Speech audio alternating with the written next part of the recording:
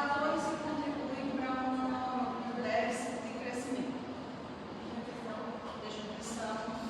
Às vezes não chega a ser nem uma desnutrição, mas uma má nutrição, vamos dizer assim. Ou para mais ou para menos. Que causa a desnutrição, que causa a obesidade, muito mais. Hipotireoidismo, doenças genéticas, também, mas tá, doenças genéticas, doenças autoimunes, essa faixa etária não tem muito não, mas pode acontecer. Também tem pouco nessa faixa etária, mas pode acontecer, pode interferir. Com relação ao hipotireoidismo, o hipotireoidismo pode ser congênito, tá? Que já é diagnosticado no teste do pezinho. O problema é que nível grupo faz teste do pezinho, né? Tem gente que não ciclo, nasce ciclo, não procura ou faz para buscar o resultado. Isso é uma coisa que acontece no nosso país, não é uma realidade distante. E pode ser um hipotireoidismo adquirido. Não é outra coisa que a gente precisa acompanhar. É o hipotireoidismo congênito, é o hipotireoidismo adquirido. Outro fator. Mães que têm gravidez e gestação de alto risco, que leva a uma etapa de crescimento de uterino, isso pode repercutir depois do crescimento da criança. Entendeu? Não só o fato dela ter restrição. Agora tem que estar essa redução intraútero, tem que ter lembrado do crescimento intraútero. Essa criança, a mãe pode ser hipertensa, diabética, se a criança nasce com peso, hormônio normais, isso vai afetar o crescimento dela posteriormente. Outros fatores que influenciam o crescimento: desenvolvimento, deficiência de TH, mais. Outra coisa que fatores externos como a prática de esporte podem influenciar, ajudar, principalmente no desenvolvimento do crescimento. Mas, uma coisa que eu não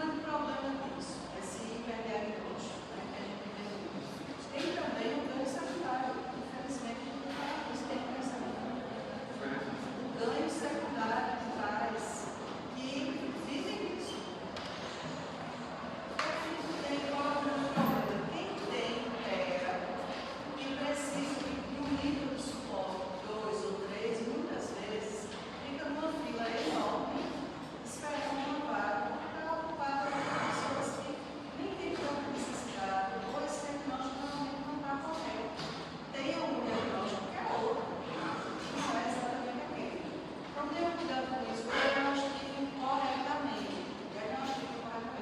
Às vezes é só um atraso na fala. Eu acho engraçado que às vezes eu pego laudo médico dizendo que é transtorno do espectro autista. Aí eu pego o laudo do psicopedagogo deste tamanho, dizendo que a criança não tem transtorno do espectro autista. Por quê?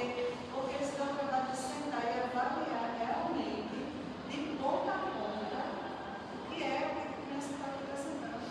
E descreve por que não tem justifica, por que não é.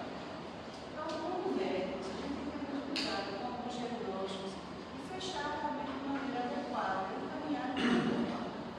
Até para que a criança não comece a tomar. Eu tenho uma leva de criança tomando risperidona. É impressionante. Impressionante, eu fico impressionada, preocupada com o que vai acontecer mais adiante com essas crianças. E já falou isso para às vezes até uma rotina que a criança não tem.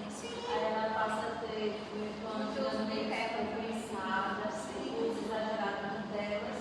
E aí os pais chegam no consultório dizendo que a criança tem. A gente via muito isso quando estava no ambulatório de pediatria. Eu lembro de um caso que chamou muito minha atenção, que a mãe insistindo que a criança tinha autismo. E quando a gente começou a conversar com ela, era uma criança de 2 anos que não tinha 2 anos, acho que era uns 3 anos, que não tinha uma rotina. A criança dormia 2 horas da manhã, acordava 11 horas, aí tinha celular, tablet, aí ela tomava banho, almoçava e ia para a escola. Quando ela chegava na escola, ela estava muito ativa. Aí ela estava com todo o gás, né? Porque ela tinha acabado de acordar. E aí ela, assim, enquanto as outras crianças estavam quietinhas, mas ela queria brincar, queria correr. Aí ela puxava uma coleguinha, puxava outra. E com isso a mãe dizia que a menina tinha autismo. E aí a gente foi conversando com ela e ela não aceitou quando a gente disse que ela tinha que mudar a rotina da criança, né? Que ela tinha que organizar a rotina da criança, de alimentação, de hora de acordar, de tudo, porque ela queria mesmo o diagnóstico de terra.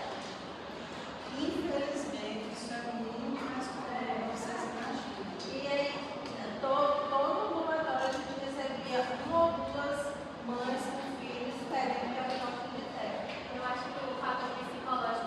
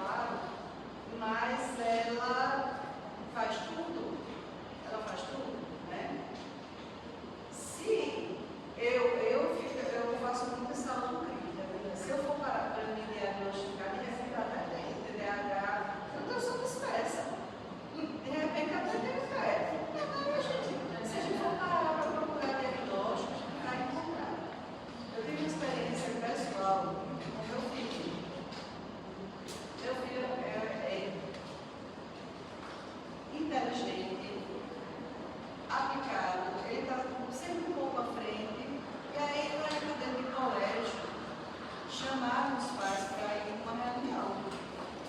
E alguma coisa estava acontecendo. Eu não fui, eu estava ocupada, estava trabalhando, e pedi para o pai. Aí o pai foi e a psicóloga chamou e sugeriu encaminhar para o psiquiatra, para um psicólogo, fazer acompanhamento, porque ele era muito disperso, não prestava atenção na aula, parecia que era tudo da aula. Aí lá vem o pai, olha, preocupadíssimo, né? Precisava ir para o psiquiatra, psicólogo.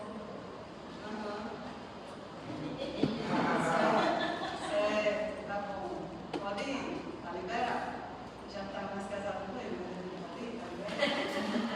Deixa que eu resolvo. Aí chamei meu amado filho, senhor, método antigo, método árabe. Eu sabia por que ele não estava, porque ele estava disperso na aula, porque ele já sabia o que o professor estava falando, eu não estava interessado.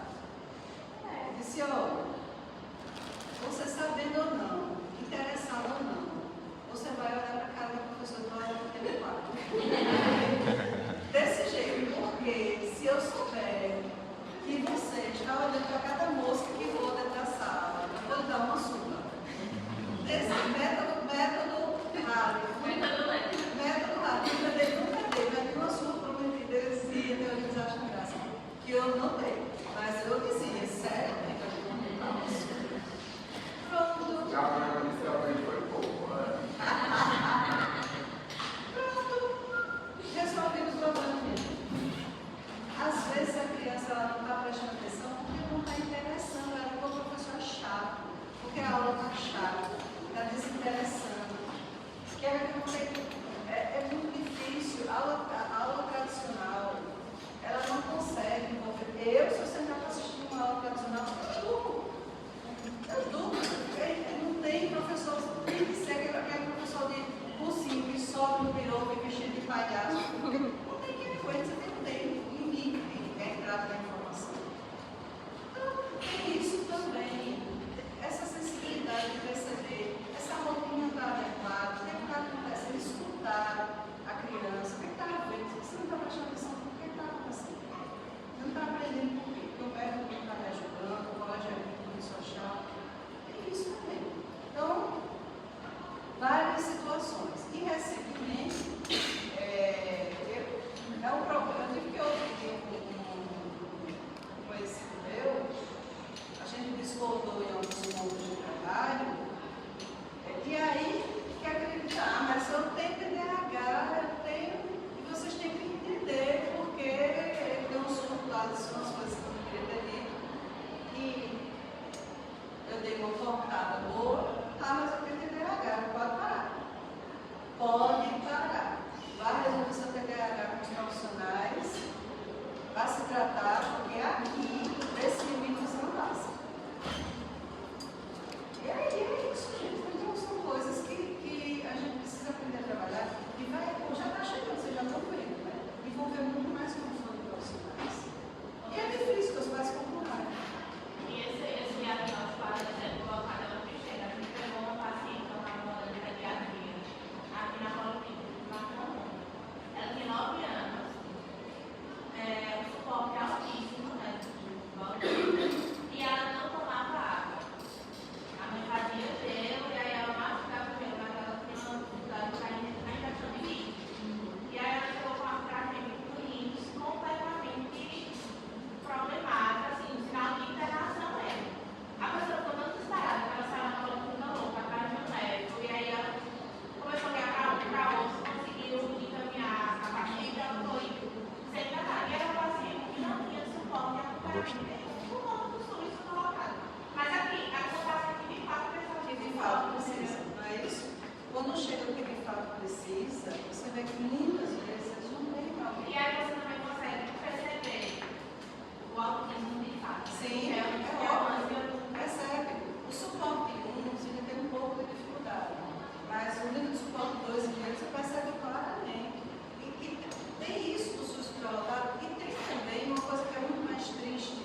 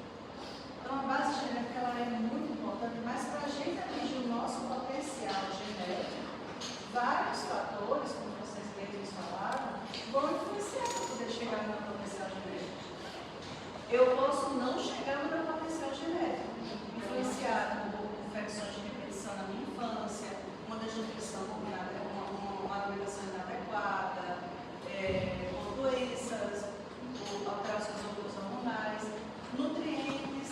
Então, a alimentação é importante. A gente vê muito isso, crianças com vícios alimentares. Às vezes, mesmo sem patologia, o menino não quer comer, não come no almoço. Aí, daqui a pouco, ele está com fome, pega um pacote de pipoca, salgadinho, alguma coisa assim, e aí ele come e fica saciado. E aí, não come outra coisa. Eu fico assim, extremamente irritada quando entra na sala, às vezes espero muito para fazer perícia. Eu não tenho esse tipo de paciente, mas eu tenho a perícia, né? Aí demora muito lá fora para fazer, a criança está morta de fome, e ela entra já com um pacote de salgadinho desse tamanho na mão. Aí a gente chega para mim e diz: esse menino não come nada, ele não gosta de comer, eu boto a comida que não come. Está lá a criança com um pacote de salgadinho, só para de não comer. Não vai comer mesmo, ele está saciado com o plano. Então, o hábito alimentar é importante insistir. A transição da alimentação, do aleitamento para alimentos, essa transição não é fácil. Da criança secar de imediato os alimentos. Então, é preciso saber ofertar, saber realmente fazer essa transição, para que não haja prejuízo nesse momento. É um momento de crescimento muito importante, um dos mais importantes. Quando é que o indivíduo cresce mais, desbloqueado? No primeiro ano de vida, até os 2 anos de vida, é onde mais isso acontece. E é justamente no período da introdução de alimentos, da saída do aleitamento, da introdução de alimentos. Isso tem que ser muito bem feito de maneira adequada, sem vícios.